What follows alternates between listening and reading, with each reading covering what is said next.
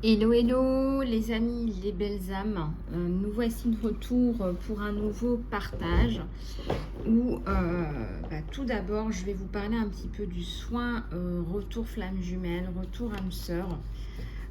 Si vous souhaitez le réserver, vous pouvez aller dans l'onglet sous la vidéo et cliquer sur le lien pour le réserver pour 5 € seulement, donc profitez-en. Je tiens à attirer sur votre attention que c'est un soin tout particulièrement puissant et tout en douceur, vous allez pouvoir vous reconnecter à votre âme sœur, à votre flamme jumelle pour pouvoir envisager une reprise, un retour si vous êtes en distanciation, mais aussi pour une accalmie, pour calmer si vous voulez tous les liens non fonctionnels, dysfonctionnels et pour enfin repartir sur des bases qui soient plus solides et de la stabilité, parce qu'on sait tous et toutes très bien que les liens de flammes jumelles et d'âmes sœurs sont parfois compliqués par essence, en essence. Donc ce soin il est particulièrement intéressant aussi pour vous rééquilibrer vous, n'est-ce pas, parce que parfois on manque tout simplement d'amour sur soi et le fait de pouvoir se réattribuer cet amour pour soi, ça va vous permettre d'attirer cette personne dans votre vie, cette personne qui vous est chère, la personne de votre cœur. Alors on va aller chercher là tout de suite des images, des choses. On va aller chercher tout ça.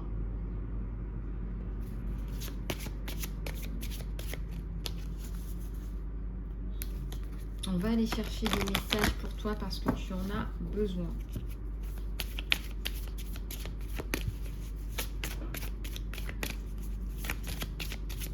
Parce que tu en as besoin. On va aller chercher des messages. Parce que tu en as besoin.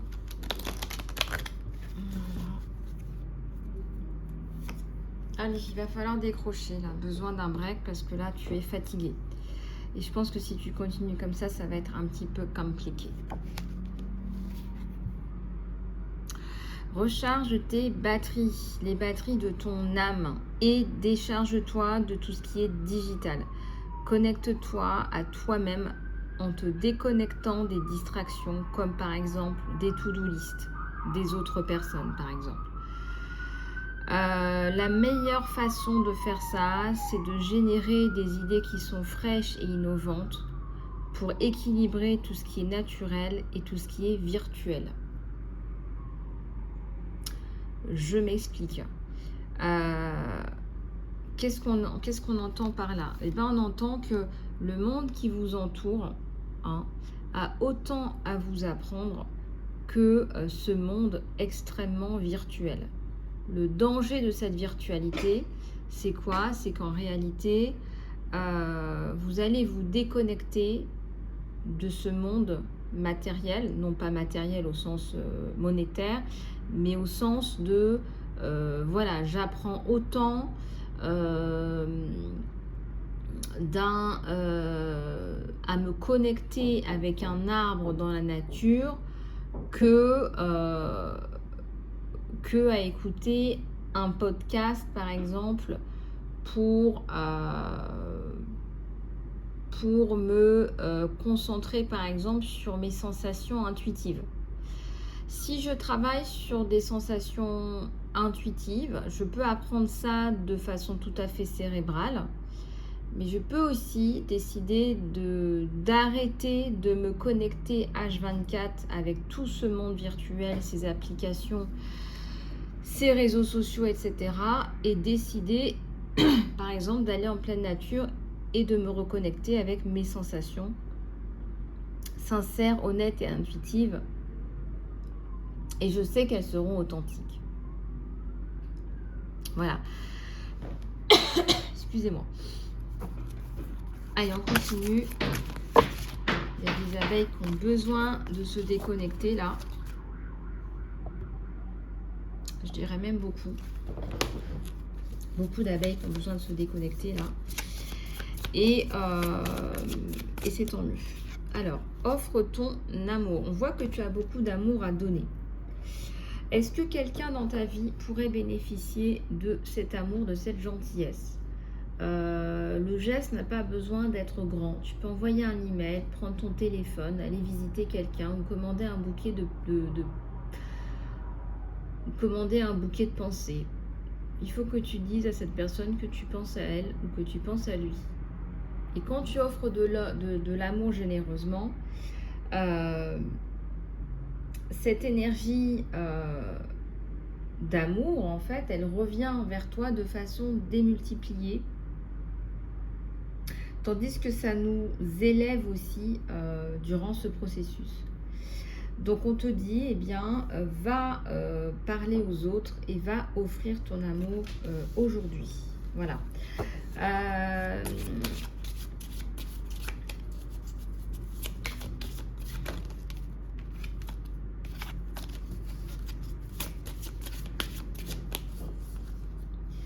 Alors, il y a quelque chose de plus grand qui est en chemin pour toi. Il y a quelque chose qui est plus grand. Je sais pas, ça me parle du soleil levant. Ça me parle d'une opportunité là ailleurs. On te dit autorise ta vision à se détendre, à se développer et sois ouvert à la forme qu'il prend. Tu peux découvrir que tu es en train de rêver trop petit et que ce qui avait l'air d'un obstacle est en fait en train de se développer comme il le fallait et dans une meilleure direction. L'univers est là, l'univers est derrière toi. L'univers est derrière toi et peut-être que tu le savais pas, mais l'univers est derrière toi. Et on te dit que ta mission d'âme, déjà, c'est la joie. Alors, il y a beaucoup qui vont me dire, ah bah oui, mais bon, là, je fais quelque chose, je suis pas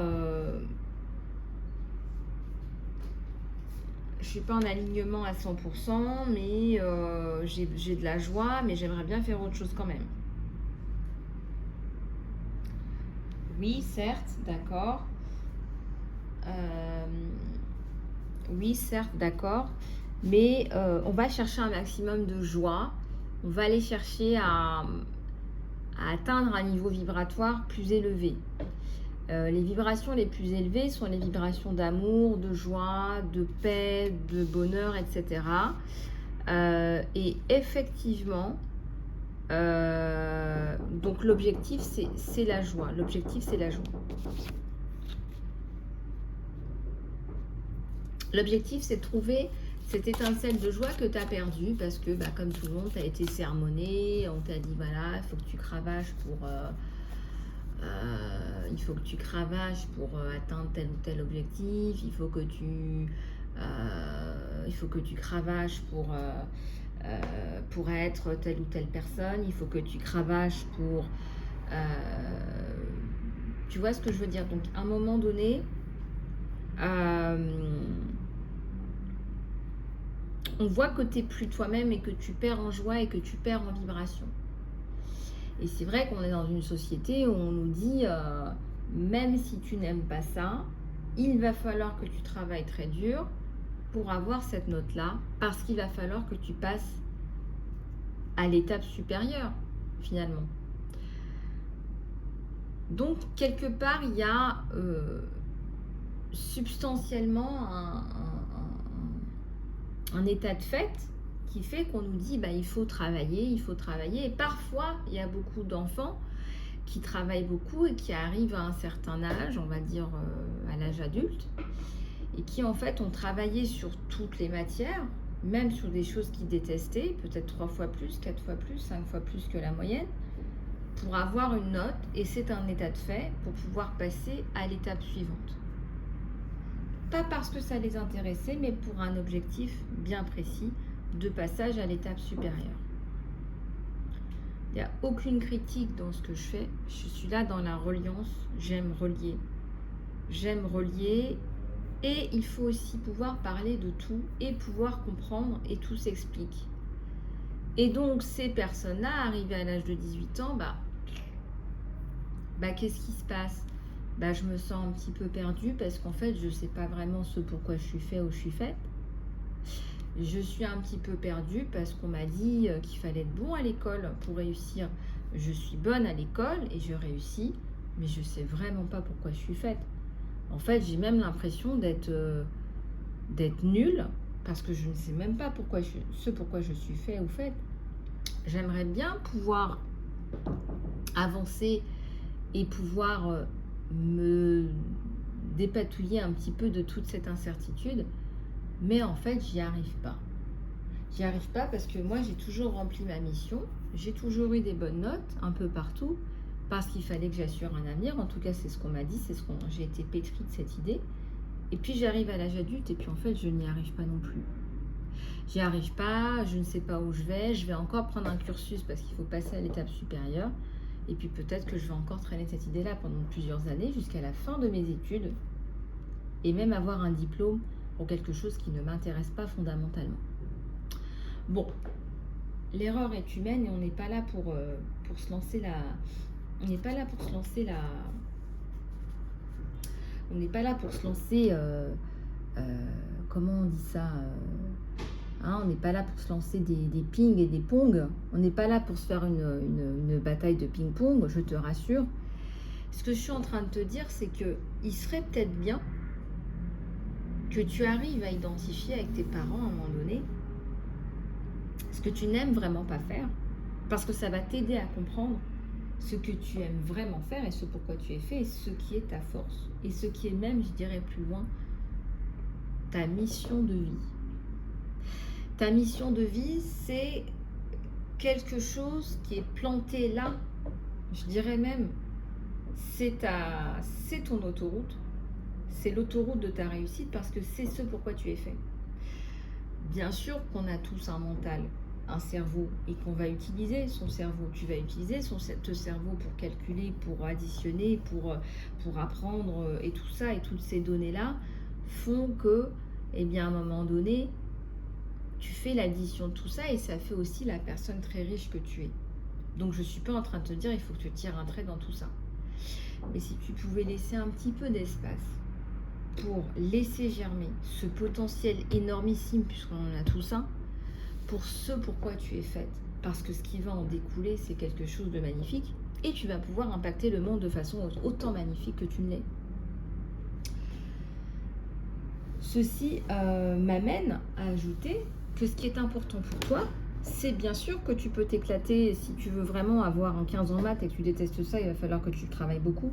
Mais tu peux aussi décider de te dire, avec le soutien des adultes autour de toi, ben, peut-être qu'il serait temps que j'admette que la philosophie, j'adore ça. Je te donne un exemple. Et que moi, je vis par les principes de Platon. Et le platonisme, pour moi, c'est l'avenir. Et je compte bien véhiculer les valeurs du platonisme dans la vie. Bah, si c'est ton truc, j'ai envie de te dire, il faut y aller. Tu as peut-être des choses à revendre là-dedans. Ou alors, c'est de dire, moi, je déteste Platon, je veux juste avoir un 10 ou un 12 parce qu'il faut que je passe à l'état supérieur, mais j'aimerais tellement qu'on a exploré le problème des requins dans l'Alaska, parce que là, on a un gros problème, c'est l'extinction la plus totale et absolue.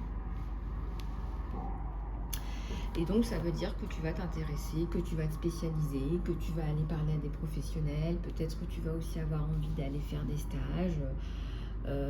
Tu vas commencer à explorer tout ça et gagner du temps et prendre ce que j'appelle ton autoroute vers ta mission, vers ton succès, vers ta réussite et ta joie.